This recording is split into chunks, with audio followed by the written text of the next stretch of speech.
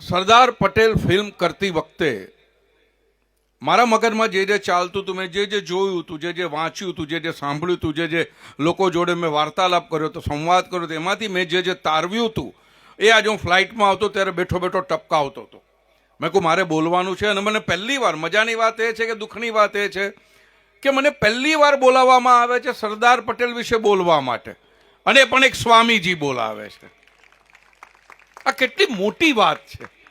એક સંત માણસ બોલાવે છે, અને એ પણ એકતાનો મંત્ર લઈને. તો મને જ્યારે બોલાવવામાં આવ્યો ત્યારે મેં કહું ચલો મને જે સૂજે છે હું લખું, અને મેં કહું લોકો સમક્ષ હું રજૂ કરું. સૌથી પ્રથમ તો એ વાત કે આ ફિલ્મની સ્ક્રિપ્ટ જ્યારે વિજય તેંડુલકર લખતા હતા, વિજય તેંડુલકરને આપવામાં આવી. વિજય તેંડુલકર મરાઠીના બહુ મોટા લેખક છે, બહુ જ મોટા લેખક, બહુ મોટા ગજાનો માણસ. એ નહેરુ પ્રેમી હતા. નહેરુને પારાવાર પ્રેમ કરતા હતા, કોંગ્રેસને પારાવાર પ્રેમ કરતા હતા. અને જેમ જેમ સરદાર સાહેબ માટે રિસર્ચ કરતા ગયા, જેમ જેમ સમય આગળ વધતો ગયો, એમ એમ એ નહેરુથી વિમુખ થઈ ગયા અને સરદારના પ્રેમમાં પડી ગયા. આ તમે વિચાર કરો, આ તો માણસ તમને ચોપડીમાં તમને વાંચીને લાગે, તમે આને જીવતા જાગતા મળો તો તમને મેસ્મરાઇઝ કરી નાખે એવું વ્યક્તિત્વ છે સરદારનું. તો આ વિજય તેંડુલકરે જે સ્ક્રિપ્ટ લખી, પછી કેતન મહેતાએ એને ડિરેક્ટ કરવાની શરૂ કરી અને અમે ભજવવાની શરૂ કરી. મને ઘણીવાર એમ થાય છે કે જે સરદાર માટે અમે જે જાણતા, તો હું તો મારા ઘણા ભાષણોમાં બોલી ગયો છું કે સરદાર એટલે શું. અમને સ્કૂલમાં કે પૂછવા આપણે કે સરદાર એટલે બગલમાં બગલી થઈ હતી, લોખંડના સળિયાથી ફોડી, એ સરદાર. આનાથી વિશેષ સરદાર માટે કંઈ આપણને ભણાવવામાં જ નથી આવ્યું. વ્યવસ્થિત પ્લાન કરી, સ્કીમ કરી, સરદારનો એકડો ઇતિહાસમાંથી ભૂંસવામાં આવ્યો છે, કાઢવામાં આવ્યો છે કે સરદારની કોઈ વાત ક્યારે થાય જ નહીં. અને આ એક જ પરિવાર, આપણે સૌ પરિવારને જાણીએ છીએ, અને એણે કેટલા અન્યાયો કર્યા છે એ જો હું તમને ગણાવીશ હમણાં, તમને તમારા રૂવાડા ઊભા થઈ જશે કે એક માણસે આવો ભોગ આપ્યો છે દેશ માટે. અને આજે હું હમણાં બાઇટ આપતો હતો ત્યારે એક વસ્તુ મેં કહી છે કે વડાપ્રધાન બીજું કોઈ પણ હોત, આ ન હોત તો પેલો હોત, ને પેલો ન હોત તો પેલો હોત, કે રાષ્ટ્ર પ્રમુખ આ ન હોત કે પેલો હોત, કે પેલો હોત કે પેલો હોત, પણ જો સરદાર ન હોત ને તો આ દેશ ન હોત. કોઈ કાળે આ દેશ ન હોત ને દેશના ટુકડે ટુકડા થઈ ગયા હોત. તમારે જુનાગઢના વિઝા લેવા પડ્યા હોત, જયપુરની કરન્સી અલગ હોત, જોધપુરનો ઝંડો અલગ હોત, દેશના ટુકડે ટુકડા થઈ ગયા હોત. એટલે મારી દ્રષ્ટિએ જેમ અતિશયોક્તિ થઈ જશે કદાચ, પણ હું આમાં કોઈના માનભંગ નથી કરતો, કોઈનું યોગદાન ઓછું નથી આંકતો, પણ હું મારી વાતને આ જ રીતે સમજાવી શકું એમ છું કે જેમ કૃષ્ણને બે માતા હતી. કૃષ્ણ કહેતા કે દેવકી છે ને યશોદા છે, એકે મને જન્મ આપ્યો છે, એકે મને પાળ્યો પોષ્યો છે. તો જેમ કૃષ્ણને બે માતા હતી, એમ આપણા દેશને પણ બે રાષ્ટ્રપિતા છે. એક ગાંધીજી છે ને બીજા સરદાર છે. જો સરદાર ન હોતા, દેશના ટુકડે ટુકડા થઈ ગયા હોત, તો તમે આ ગાંધીજીએ અપાવેલી આઝાદીને તમે શું કરી લેવાના હતા? મને એકવાર વિચાર કરીને કહો, તમે શું કરી શકવાના હતા? કંઈ જ નહીં. આ આઝાદીની કોઈ કિંમત ન હોત. અને આ સરદારે, આ પટેલ ભાઈડાએ આ બધાને એક કર્યા. અને એકથી એક માણસો, અતરંગી માણસો હતા બધા. એક તો અમુક તો કેટલા ઉચ્ચ કોટીના 32 લક્ષણા ભાવનગરના કૃષ્ણકુમાર ગોહિલજી હોય, સામે આવીને આપી દીધું, ભાઈ આ મારું રાજ્ય સરદાર તમે લઈ લો. પણ આવા માણસો બહુ ઓછા હતા, જાતના ભાતના માણસો હતા, બધાને પોતપોતાના પ્રોબ્લેમ હતા. તમે વિચાર કરો કે હૈદરાબાદના નિઝામ સૌ જાણે છે કેવા અવળચંડા હતા. અને હૈદરાબાદના નિઝામને ઝીણા જોડે બહુ બનતું હતું, સખત બનતું હતું. વિચાર તો એ કરો કે જ્યારે હૈદરાબાદ પર એટેક કરવાનું નક્કી કર્યું સરદાર સાહેબે, ત્યારે જવાહરલાલે કહ્યું કે ભાઈ આપણાથી એટેક ન થાય, કારણ કે ત્યારે ઝીણા સાહેબ મૃત્યુ પામ્યા હતા. 12મી સપ્ટેમ્બર ડેટ છે, હું જો ન ભૂલતો હું તો, અને 13મી સપ્ટેમ્બરે એટેક થયો હતો. 12મી સપ્ટેમ્બરે કીધું કે આપણાથી એટેક ન થાય કારણ કે ઝીણા સાહેબ ગુજરી ગયા છે. તો વેસ્ટ બેંગોલના ચીફ મિનિસ્ટર હતા બિધાનચંદ્રજી, એમણે સરદાર સાહેબને કહ્યું કે આપણે આપણા દેશનો ઝંડો છે ને અડધી કાઠીએ લહેરાવવો જોઈએ, કારણ કે ઝીણા ગુજરી ગયા છે. તો સરદાર કે તમારા સગામાં થતા હતા? સરદાર આ હતા, તડને ફાડ, કોઈ મગજમારી નહીં, તમારા સગામાં થતા હતા. અને બીજો એક જે બ્રિટિશ એજન્ટ હતો કે આપણે છે ને જો અત્યારે ભાઈ એટેક કરીએ, ઝીણા ગુજરી ગયા છે, તો કે આંતરરાષ્ટ્રીય કોમ્યુનિટીની અંદર આપણું બહુ ખરાબ દેખાય કે દેશનો વડો ગુજરી ગયો છે અને એ તકનો લાભ લઈને તમે એટેક કરો છો એટલે આપણાથી એટેક ન થાય. અને બીજું એ કે તમે જો એટેક કરશો તો નિઝામે સાઉદી અરેબિયામાં 100-125 બોમ્બર તૈયાર રાખ્યા છે. એ બોમ્બરો પછી મુંબઈ, અમદાવાદ જેવા શહેર ઉપર એટેક કરશે. અને નહેરુજીએ સરદાર સાહેબને આ કહું કે આ લોકો એટેક કરે. તો સરદાર સાહેબે કહ્યું કે જુઓ ભાઈ, જેને ભીંજાવાથી શરદી થતી હોય ને એને સ્વિમિંગ કોમ્પિટિશનમાં ભાગ ન લેવો જોઈએ. જબરદસ્ત હ્યુમર હતી એમની. અને કે જો આમાં બોમ્બાર્ડમેન્ટ થાય તો યુદ્ધમાં બોમ્બાર્ડમેન્ટ ન થાય તો બીજું થાય શું? કે તમે શેની કલ્પના રાખો છો, શેની આશા રાખો છો? કે એટેક તો થશે ને એટેક કર્યો એમણે. આ સરદાર હતા. અને આ સરદારને આપણે સૌ જાણીએ છીએ કે કેટલો અન્યાય કરવામાં આવ્યો છે. હું ઇનફેક્ટ અમે જ્યારે પાર્લામેન્ટમાં શૂટિંગ કરતા હતા, પરસાળમાં અમે ફરતા હતા, અને અમને ત્યારે કંઈ જાન્યુઆરીની રજાઓ હતી અને ત્યારે અમને એ સમય મળ્યો હતો, તો અમે બધે ફરતા હતા પણ ક્યાંય તૈલચિત્ર સરદારનું ન દેખાય. ત્યારે અમને આ બધી કોઈ વધારે કશી ગતાગમ નહોતી, પણ મેં જોયું કે સરદાર સાહેબનું તૈલચિત્ર છે નહીં સેન્ટ્રલ હોલમાં કે ક્યાંય નથી. એટલે અમારી જોડે એક ભાઈ હતા દિલ્હીના, મેં પૂછ્યું કે સરદાર સાહેબ કા કોઈ ફોટોગ્રાફ નહીં? ઓ પતા નહીં હોગા, કहीं पे પડા હોગા, લગાયા નહીં હોગા યા બન ગયા હોગા, એવું કંઈ. પછી ખબર પડી કે એનું તૈલચિત્ર લગાડવાની પણ ના પાડવામાં આવેલી હતી કે લગાડવાનું નથી. પછી વાજપેયીજી આવ્યા અને એમને તૈલચિત્ર લગાડ્યું. અને સિંધિયાએ એ પોર્ટ્રેટ બનાવવાના પૈસા આપેલા હતા. અને ત્યારે સિંધિયાજીએ કહેલું હતું કે પહેલા આ માણસને હું ધિક્કારતો હતો, સરદારને હું ધિક્કારતો હતો, હવે સરદાર માટે મને આદર છે અને હવે સરદાર માટે મને પ્રેમ છે. આ એ માણસ છે. તમે વિચાર કરો કેવા વટલાવી નાખેલા એ માણસ, કે સિંધિયા જેવો માણસ કહેતો હતો, જે રાજા હતો કે નહીં. આ બાજુ બીજી બાજુ વાત થાય છે કે સરદાર કોમવાદી હતા. સરદાર કોમવાદી હતા, જે અત્યારે આપણા બધા ઉપર આ લાંછન લાગી રહ્યું છે કોઈ પણ કારણ વગર. તો મારે એક વાત કહેવી છે કે સરદાર કોમવાદી જરાય નહોતા. સરદારે આકાશવાણી પરથી ઉર્દુની સેવાઓ શરૂ કરેલી હતી. ઉર્દુ ભાષામાં સેવા અપાતી હતી ને એમાં હું ન ભૂલતો હું તો જોશ મલિયાબાદી નામના કવિ હતા, એને મંત્રી તરીકે નિમેલા હતા. આ સરદાર કોમવાદી. અને પછી થયું એવું કે એ જોશ મલિયાબાદી દગો કરીને પછી પાકિસ્તાન જતા રહ્યા. એ જોશ મલિયાબાદીએ દગો કર્યો સરદાર જોડે. સરદાર કોમવાદી જરાય નહોતા. આ ભોપાલના નવાબ હમીદુલ્લા ખાન એટલા તાગડધીના કર્યા છે, એટલી અવળ ચંડાઈ કરી છે, હાથમાં આવે નહીં, વારે વારે ધમકી આપે, ભંડોળ ભેગું કરે કે હું કરોડ રૂપિયા આપું છું, આપણે આમ કરીએ, આપણે તેમ કરીએ. એની દીકરીને એનો જમાઈ દિલ્હીમાં પટૌડી હાઉસમાં જ્યારે ફસાઈ ગયા હતા ત્યારે આ હમીદુલ્લા ખાને સરદારને ફોન કર્યો હતો કે મારી દીકરી ને એનો જમાઈ ફસાઈ ગયા છે, મહેરબાની કરીને એને બચાવી લો. કારણ કે ત્યારે શીખોના ટોળા અને બીજા હિન્દુઓના ટોળાએ ઘેરી લીધેલું પટૌડી હાઉસ, કે આને કાપી નાખો, આને મારી નાખો, કારણ કે પહેલાં ભોપાલમાં બહુ અત્યાચાર કર્યો હતો. તો સરદારે કીધું તમે જરાય ચિંતા ન કરો, કોઈ ચિંતા કરવાની જરૂર નથી તમારે, હું મંગાવી લઈશ. અને સરદારે એમને મંગાવી લીધા હેમખેમ પોતાના ઘરે, અને ઘરેથી પછી પ્લેનમાં બેસાડીને ભોપાલ રવાના કરી દીધેલા. આ મરદ માણસ હતો સરદાર. એના પર જે પ્રકારના લાંછન લાગ્યા છે. અને ગાંધીજીના ગુજરી ગયા પછી તો સરદાર ઊંઘમાં બબડતા હતા કે એમને જ્યારે એટેક આવે છે, પિક્ચરમાં પણ એ દ્રશ્ય છે કે મારે તો બાપુ જોડે જવું હતું. તમે વિચાર કરો, જેને આપણે લોહ પુરુષ કહીએ છીએ, નાના બાળકની જેમ એમને વેદના થઈ ગઈ, નાના બાળકની જેમ રડતા હતા, આંખમાંથી આંસુ પડતા હતા કે મારે બાપુ જોડે જવું, બાપુ પાસે જવું હતું ને તમે લોકોએ મને રોકી લીધો, કે મને જવા દો. કે બાપુના ગયાથી એમને જે આઘાત લાગ્યો હતો એ આઘાત આ કોંગ્રેસિયાઓએ બમણો કરી નાખ્યો હતો. ત્યાં સુધી કે લોકો એમ કહેતા હતા કે આને નહોતી રાખી સુરક્ષા, અને ગાંધીજી અને સરદાર પટેલનો આખો સંવાદ છે. ગાંધીજીએ કીધું ભાઈ મને સુરક્ષા નહીં જોઈએ, કે મારા ત્યાં આવીને લોકો તપાસે, મારી પ્રાર્થના સભામાં લોકો આવે અને પોલીસ એને તપાસે, એમાં શું મતલબ? કે મને ભગવાન પર શ્રદ્ધા છે, તમારી પોલીસ શું કરી લેવાની હતી?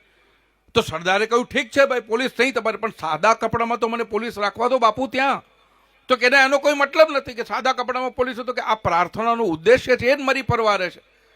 તો કે બાપુ હું શું કરું, મને કંઈક તો કરો. તો કે ના, એ તમારે ચિંતા કરવાની જરૂર નથી. સરદારે સખત મથામણ કરી હતી કે બાપુની પેલામાં સિક્યોરિટી રહે, પણ બાપુના આગ્રહથી દુરાગ્રહથી એ સિક્યોરિટી ત્યાં આગળ રાખવામાં આવી નહોતી, અને એનો આરોપ એ લોકો સરદાર પટેલ ઉપર લગાડતા હતા. પછી આવે છે વાત કે વાતમાં ને વાતમાં પાણીમાંથી પોરા કાઢવાની જે આદત હોય છે એની વાત કરી રહ્યો છું.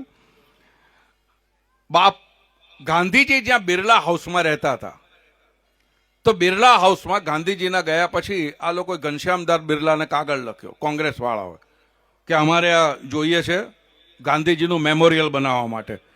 ઘનશ્યામદાસ બિરલા બિચારા સડક થઈ ગયા કે આ શું યાર, આટલું મોટું ઘર છે, મેમોરિયલ કેવી રીતે બનાવવા, શું કરીશું આપણે? એ તો એમણે સરદાર સાહેબને કહ્યું. તો સરદાર સાહેબે જવાહરજીને કહ્યું કે ભાઈ આપણાથી આમ મેમોરિયલની આપણે જે માંગણી કરીએ છીએ તો એ ન કરે. તો જવાહરે કીધું ના ના બાપુજીએ ત્યાં છેલ્લા શ્વાસ લીધે છે, મેમોરિયલ તો બનવું જોઈએ ને. કે આ બાજુ મુંબઈમાં મણિભુવનમાં પણ બાપુ રહેતા હતા, તો ત્યાં પણ કે ભાઈ તમે અમને આપો મેમોરિયલ બનાવવા માટે, કે ત્યાં પણ ગાંધીજી રહેતા હતા. તો મણિભુવનનો માલિક હતો કે ભાઈ ગાંધીજી રહેતા હતા, પણ મારા બાપાએ પણ અહીંયા છેલ્લા શ્વાસ લીધા છે, કે હું કોને બનાવવા આપું? એટલે મામલો થોડો વકર્યો. એટલે પછી સરદાર સાહેબે કહ્યું જવાહરજીને કે જુઓ ભાઈ, એક વસ્તુ સમજો, આપણે છે ને ગાંધીજી જ્યાં જ્યાં રહેતા હતા ને એ બધા બિલ્ડિંગો જો મેમોરિયલ માટે લઈ લઈશું ને તો આ દેશમાં છે ને મોટા માણસને કોઈ પોતાના ઘરે રાખવા તૈયાર નહીં થાય. કે લોકોને ડર લાગશે કે આ રહે છે અને પછી કબજો કરી લેશે. એટલે આપણે જોઈએ છીએ જે મજીદસિંહજીએ ચૌધરી ચરણસિંહ માટે માંગ્યું હતું કે મારે મેમોરિયલ બનાવવું છે, જે નહેરુજીનું પણ ચાલી રહ્યો છે પ્રોબ્લેમ. બીજી મજાની વસ્તુ એ હતી જે સરદાર સાહેબની તમે વિચાર કરો કેટલા સ્પષ્ટ હતા, શું ક્લેરિટી હતી એ માણસની, કે ભાઈ ફ્રીડમ ફાઇટરોને પેન્શન આપવાની વાત છે. સરદાર સાહેબ કે ભાઈ આ વાત ગળે ઉતરતી નથી. તમે ફ્રીડમ ફાઇટ કરીને કોઈ વળતરની આશા રાખી, અને તમે ફ્રીડમ ફાઇટનો તમે વળતર માંગો છો. ચાલો આપણે એકવાર માનીએ તો આ ફ્રીડમ ફાઇટની ગણતરી ક્યાંથી કરવી? 1947થી કરવી, ક્વિટ ઇન્ડિયા મુવમેન્ટથી કરવી, કે 1931થી કરવી, કે 1857 સુધી જવું? કે 1857માં ફ્રીડમ મુવમેન્ટ થઈ હતી. કે તમે વિચાર કરો તો જો આવી રીતે જો તમે બધાને દેવા માંડો તો પછી તમે ક્યાં જઈને પહોંચો? 4-4, 5-5 પેઢી આવી જાય માંગવા માટે. એટલે સરદાર આમાં પણ મક્કમ હતા, આમાં પણ સરદાર સાહેબની ક્લેરિટી હતી. આ સરદાર સાહેબ અને જે સ્પષ્ટ જોઈ શકતા હતા, એમને નમાલી વાત ગમતી નહોતી. જ્યારે ઝીણા સાહેબને મચક આપતા નહોતા ત્યારે ઝીણા સાહેબે એમને કેણ મોકલાવ્યું, આગા ખાને કેણ મોકલાવ્યું કે ભાઈ ઝીણાની જોડે આપણે મિટિંગ કરીએ, ઝીણા તમને મળવા માંગે છે અને હું પણ ઝીણા જોડે આવીશ. એટલે સરદાર કે ના મારે મળવું નથી. સરદાર છે ને એમનું એક, મને તો જે તમે મોદી સાહેબની કેબિનમાં જાઓ તો મોદી સાહેબને ખબર છે શેના માટે આવ્યો છે, આ શું માંગવાનો છે. એ તમે પગલાં પાડો ત્યારથી એને ખબર પડી જાય છે. એવા સરદાર સાહેબ પણ હતા કે ભાઈ આવે કે આ કોણે મોકલાવ્યું છે? તો કે આગા ખાને મોકલાવ્યું છે. તો કે યાર મોહમ્મદ અલી ઝીણાને આગા ખાનના હાથ નીચે રહેવું ગમતું, ઇસ્માઇલી ખોજા બનવું ગમતું નથી, તો એને અશની આશરા નામે, જે અશની આશરા કે અશી આશરા કહેવાય છે, ઇસ્માઇલી ખોજામાં બીજો એક પંથ છે, એમણે એ ધારણ કર્યો હતો. તો એ મોહમ્મદ અલી ઝીણા આગા ખાન જોડે શું કામ આવવા માંગે છે? એની જોડે શું કામ મારી જોડે મંત્રણા કરવા માંગે છે? આપણે મંત્રણા કરવી જ નથી. અને બીજું એ કે જો હું મંત્રણા કરું તો ગાંધીજીનો આમાં તેજો દ્વેષ થાય. જાય જવાહરલાલ જોડે મંત્રણા કરે, કોંગ્રેસ પ્રમુખ જોડે મંત્રણા કરે, મારી જોડે નહીં. પણ મોહમ્મદ અલી ઝીણા જાણતા હતા કે આ પટેલ ભાઈડો નહીં માને તો કોઈ જ નહીં માને, અને પટેલ ભાઈડો આડો ફાટશે તો બીજા કોઈની તો સાડી બારી રાખશે નહીં, કારણ કે બીજા કોઈનું ગજું જ નહોતું. આની અંદર બીજા કોઈનું ગજુ જ નહોતું. લોર્ડ માઉન્ટબેટને ગાંધીજીને કહેલું કે તમે આ બે જણાનો ઝઘડો દૂર કરવાની વાત કરો છો, સંભાળવાની વાત કરો છો, બરાબર છે, પણ એક વાત યાદ રાખજો, તમારે જે કરવું એ કરજો, પણ સરદાર હોવા જ જોઈએ નહેરુની કેબિનેટમાં, નહીં તો આ દેશના છે ને ફના ફાતિયા થઈ જશે, જવાહરલાલ સંભાળી નહીં શકે. એટલે તમારે સરદાર પટેલને સાથે રાખવા બહુ જ જરૂરી છે. આ વાત લોર્ડ માઉન્ટબેટને એમને કરેલી હતી.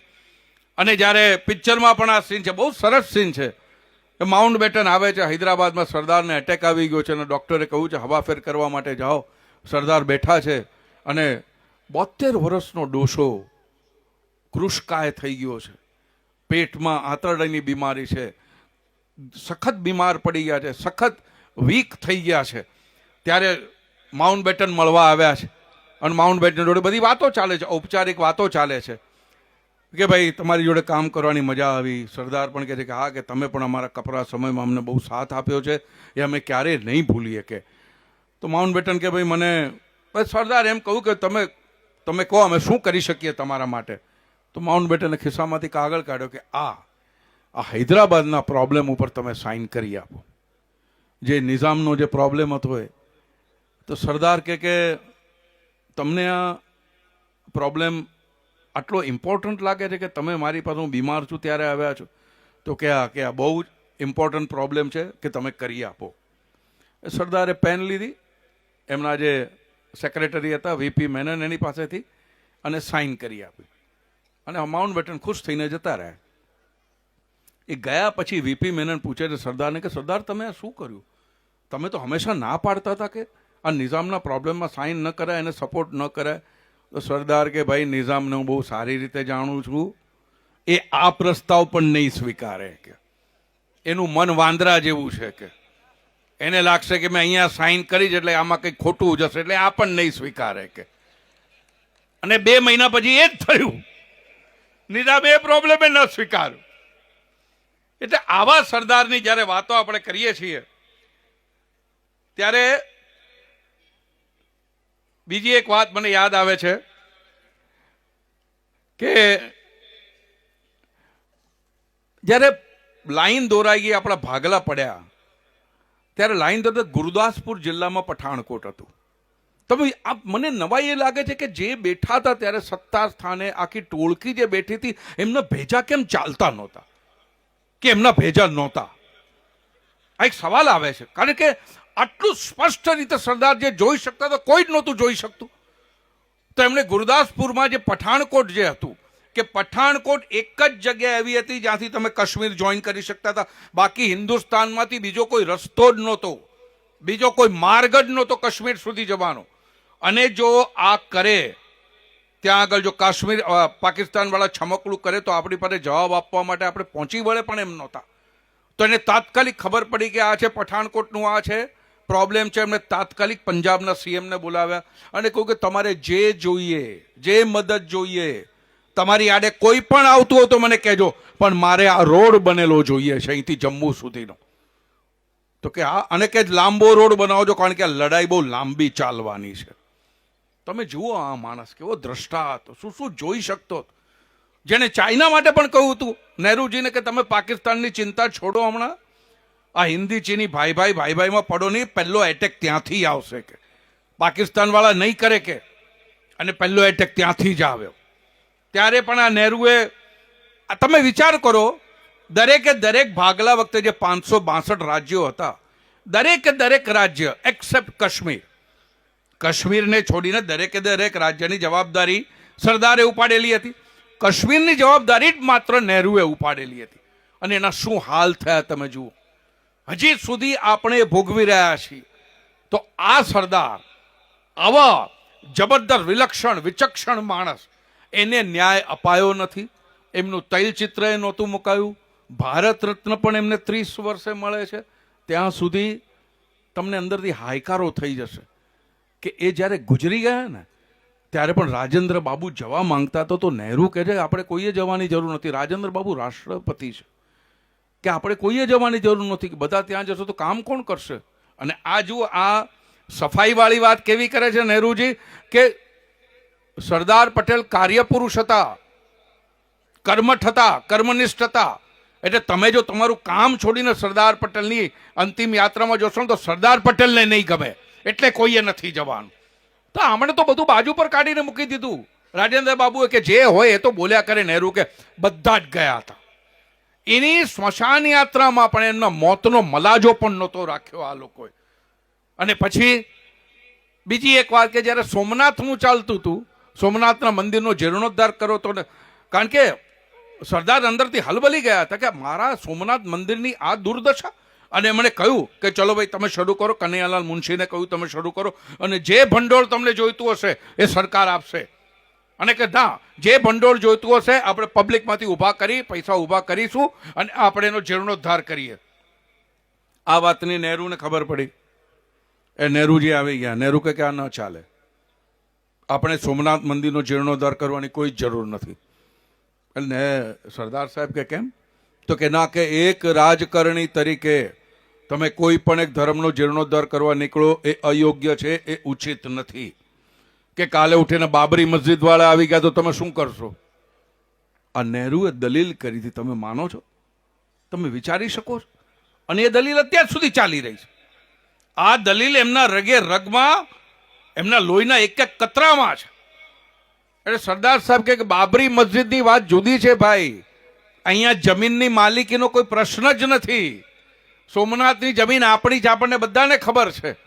અને બીજી વાત એ કે હું પૈસા સરકારના ભંડોળમાંથી નથી લેતો, પ્રાઇવેટ લોકો, જનતા, પ્રજા પૈસા આપી રહી છે આનો જીર્ણોદ્ધાર કરવા માટે. અને એ રીતે સોમનાથ મંદિરનો જીર્ણોદ્ધાર થયો તો એના પણ ઉદ્ઘાટન પ્રસંગમાં પણ લોકોને ના પાડવામાં આવી હતી. રાજેન્દ્ર બાબુ પણ એમાં એક હતા કે ના, તમારે જવાનું નથી. અને રાજેન્દ્ર બાબુ નહોતા ગમતા નહેરુ સાહેબનું ખાસ કારણ હતું, કારણ કે નહેરુજીને રાજાજી જોઈતા હતા રાષ્ટ્રપતિ તરીકે. અને સરદારે કહેલું કે ના, રાજેન્દ્ર બાબુ જોઈએ, કારણ કે એ જ માણસ લાયક માણસ. તો આ પટેલ માણસ, અને આ પટેલ જેને આપણે કહીએ ને, અમે કોલેજમાં ઘણી વાર કહેતા કે કોઈ લીડર બને ને, કહે દેખ યાર પટેલ બનતા યાર. અમારા માટે પટેલ સરનેમ નથી, અમારા માટે પટેલ એટલે લીડરશિપ. ઇઝ અ લીડર, મોભી, મુખીઓ, ક્રુસેડર, લઈને ચાલનારો, લોકોને પ્રેરણા આપનારો, એ પટેલ ભાઈડો, એને અમે પટેલ કહીએ. તમે વિચાર કરો, વિઠ્ઠલભાઈના પાસપોર્ટ વાળી વાત તો બધાને ખબર છે. એમને પરદેશ જવું હતું અને એમને કહ્યું કે VZ પટેલે, વલ્લભભાઈ ઝવેરભાઈ પટેલ હોય કે વિઠ્ઠલભાઈ ઝવેરભાઈ પટેલ હોય, તમે જાઓ. હસતા મોઢે એમણે વિઠ્ઠલભાઈને મોકલી દે કે તમે જઈ આવો. હવે આ માત્ર ભાઈ માટે નથી, આ તમારા લોહીમાં હોય, આ તમારા સંસ્કારમાં હોય, આ તમારા અપબ્રિંગિંગમાં હોય. ત્યારે તમે આ જ વસ્તુ પાછા વાપરો છો. ક્યારે? જ્યારે ગાંધીજીએ લખી ચિઠ્ઠી કે નહેરુ સાહેબ પ્રધાનમંત્રી થશે, હું મારું પ્રધાનપદ, એમણે કશું બોલ્યા ને, ઠીક છે કે એમણે સ્વીકારી લીધું. તમે વિચાર કરો, પિક્ચરમાં આ સીન બહુ સારો છે. એમાં એક ખાસ વાત છે, આ પિક્ચર જુઓ ત્યારે આ સીન તમે ખાસ જોજો.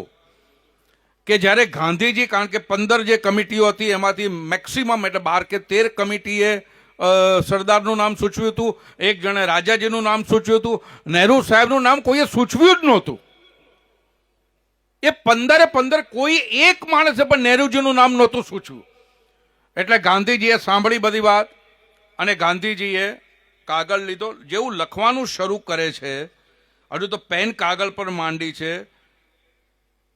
ત્યાં વલ્લભભાઈ ખિસ્સામાંથી ચશ્મા કાઢીને પહેરવાનું શરૂ કરે છે. એમને ખબર છે આ ચિઠ્ઠી એમના માટે જ લખાઈ રહી છે, આ ચિઠ્ઠી અહીંયા જ આવવાની છે.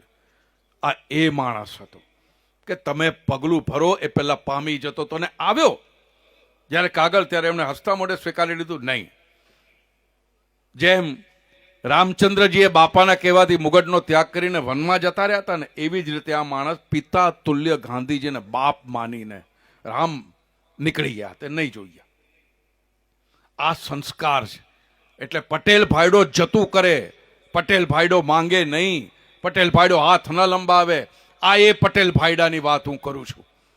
અને આ પટેલ જો ન હોત, હકીકતમાં આ પટેલ જો ન હોત, તો તમે અત્યારે આપણે સૌ જોઈ રહ્યા છીએ શું ચાલી રહ્યું છે આ દેશની અંદર. બધાને અત્યારે એવી હાલત થઈ ગઈ છે કે કોઈને કાંઈ પણ મળે ન મળે તો છીનવી લેવા પણ બેઠા છે, પણ કોઈ પણ હિસાબે તમે પટેલની વાત જેવી બીજેપીએ શરૂ કરી એટલે બીજેપી તો આમે આંખમાં કણાની જેમ ખૂટતી હતી. મોદીના નામે તો એમને મોતીઓ થઈ જ ગયો છે. એટલે સરદાર પટેલને મને હમણાં પૂછ્યું કે કોંગ્રેસ વાળા વિરોધ કરે છે. મેં કહું કોંગ્રેસ વાળા વિરોધ એટલા માટે કરે કારણ કે કોંગ્રેસ વાળાને લાગ્યું કે આ લોકો તો હવે લાડવો લઈ ગયા છે, પણ આ સમજતા નથી કે સરદાર પટેલ માટે તો કેટલી ઉત્કટતા છે મોદીજીના મનમાં કે બીજેપીના મનમાં, કે આ સરદાર છે એટલા માટે સ્ટેચ્યુની આ ઊંચાઈ છે. આ સ્ટેચ્યુની ઊંચાઈ કોઈ ધાતુની નથી, કોઈ સિમેન્ટની નથી, આ મોદીના કેરેક્ટરની ઊંચાઈ છે. એટલા માટે આટલી ઊંચાઈ છે, એટલા માટે આ પ્રતિમા બાંધી છે કે ખબર પડે. તમે એમને ભંડકિયામાં ધકેલી દીધા હતા, હાંસિયામાં ધકેલી દીધા હતા સરદારને, એ સરદારને બહાર કાઢ્યા છે મોદીએ, કે બધાએ, આપણે બધાએ. અને આપણું તો રૂવાડું એ નહોતું ફરકતું આટલા વર્ષ સુધી. આપણે ગુજરાતીઓ, આપણે પટેલો, આપણો માણસ, કે માત્ર ગાંધીજી ને નહેરુ આ બે, ત્યાં આપણું તો એમ થતું પણ નહોતું કે આપણે સરદાર માટે કંઈક બોલીએ. અને હવે આપણે જો સરદારના ઝંડા લઈને ફરતા હોઈએ તો આપણે જરા અંદર જોવું રહ્યું, આપણે હવે વિચારવું રહ્યું કે આપણે સરદારના ઝંડા લઈને આપણે શું શું કરી રહ્યા છીએ. આ આપણને ન શોભે એવું મને બહુ દ્રઢપણે લાગે છે. એટલા માટે હું વિનંતી કરું છું કે આપણે સરદારના નામનો દુરુપયોગ ન કરીએ, ક્યાંય ન કરીએ. હવે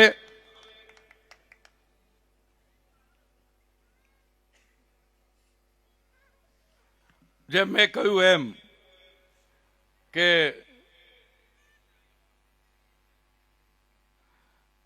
બીજી એક બહુ જલદ વાત એમણે કરી હતી સરદારે.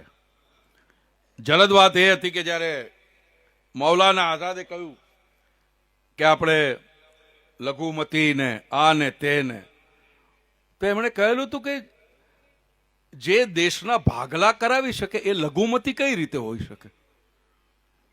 તમે આ વિચાર કર્યો છે? જે દેશના ભાગલા કરાવી શકે લઘુમતી કઈ રીતે હોઈ શકે?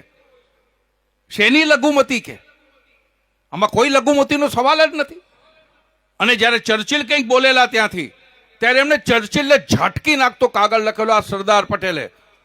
આ ચર્ચિલ જેને બીજું વિશ્વ યુદ્ધ જીતાડી આપેલું હતું, જેને પર તમે કહી શકો ચમરબંધી માણસ હતો, જબરદસ્ત માણસ હતો, એને સરદાર પટેલે કાગળ લખ્યો હતો કે આ માણસ છે ને ચર્ચિલ નિર્લજ્જ સામ્રાજ્યવાદી છે. તમારે બ્રિટિશ ગવર્મેન્ટના વડાને આવો કાગળ લખવું કે આવું નિવેદન કરવું કે નિર્લજ્જ સામ્રાજ્યવાદી છે. બીજા સ્વાતંત્ર્ય દેશના મામલામાં ચંચુપાત કરવો એને શોભા નથી દેતું. શોભા નથી દેતું, બરાબર છે. અને એને કોઈ ગતાગમ પણ નથી. એક બાજુ કહે છે કે કાશ્મીરમાં 75% મુસ્લિમો છે, તો બીજી બાજુ ભૂલી કેમ જાય છે કે જુનાગઢમાં 80% હિન્દુઓ છે? કયા પ્રકારની દલીલ કરે છે? એટલે આ માણસો કે સાંભળવાનું નહીં. આ કાગળ જ્યારે ચર્ચિલ પાસે ગયો ત્યારે લોકો વિચારતા હતા કે ચર્ચિલ શું જવાબ આપશે, અને ચર્ચિલે જવાબ આપ્યો. તમે વિચાર કરો, જ્યારે બે મોટા માણસો ભેગા થાય ત્યારે શું ચર્ચા થતી હશે. ચર્ચિલે લખ્યું કે આ કાગળ વાંચ્યા પછી મને લાગે છે સરદારે પોતાની પ્રતિભાને દુનિયા સમક્ષ લાવવાની જરૂર છે. રાષ્ટ્રના સીમાડાને ઓળંગીને આ માણસ વિશ્વ પુરુષ બનવાની જરૂર છે. આ ચર્ચિલે લખ્યું. આવો મરદ ભાયડો, આવો 32 લક્ષણો આપણા સરદાર પટેલ. એના માટે મારે બીજો એક મુદ્દો કહેવો તો પણ જરા બોલાય એવો નથી. ના બોલાય ભાઈ, કાકુભાઈ જાણે છે. તો મારે આટલું જ કહેવું હતું ને ફરીથી મને અહીંયા આગળ બોલાવ્યો. અને જે પણ મારી જે લાગણી હતી સરદાર પટેલ માટેની, જે મેં વાંચ્યું હતું એ મેં આપના સમક્ષ રજૂ કર્યું છે. અને આ બધું હું માનું છું કે આપણે આપણા જીવનમાં ઉતારવાની જરૂર છે. કારણ કે ભાઈ હું બીજેપીનો છું, મોદીનો ભક્ત છું, મોદીનો ચેલો છું કે મોદીનો ઘેલો છું, એ મારે કહેવાની જરૂર નથી. પણ આપણી પાસે ખરેખર આ બહુ મજબૂત માણસ આપણને મોદી મળ્યા છે. મેં ક્યારે કલ્પના નહોતી કરી કે સરદાર પટેલનું પાત્ર હું 91માં કરીશ અને 2014માં મને મોદી જેવા બીજા સરદાર જોડે મને કામ કરવાનો મોકો મળશે. એટલે આવા જે માણસ મળ્યા છે આપણે એને સાથ આપીએ. આ દેશને અખંડ રાખવો હોય, એક રાખવો હોય, તો આપણે સાથે રહેવું બહુ જરૂરી છે. જેમ જેમ દિવસો જતા જાય છે એમ એમ આપણને બધાને ખબર પડવી જોઈએ કે એકતા એટલે શું, એક રહેવું સાથે એટલે શું. આ બહુ જરૂરી છે, તમારી ને મારી જરૂરિયાત છે. નહીં તો તમને ખબર પણ નહીં પડે. આપણે કેવા ધરબાઈ જઈશું, કેવા કપાઈ જઈશું, આપણે ક્યાંયના નહીં રહીએ. હંમેશ માટે આ દેશ આપણે ગુમાવીશું. એવી કોઈ ઘડી ન આવે એવી પ્રભુને હું કરબદ્ધ પ્રાર્થના કરું છું. અને આપ સૌને વિનંતી કે જે સાચું છે, અત્યારે ભલે થોડું તમને કપરું લાગતું હશે, પણ જે સાચું છે એની સાથે રહીએ. Thank you so much. જય જય ગરવી ગુજરાત. વંદે માતરમ. Thank you.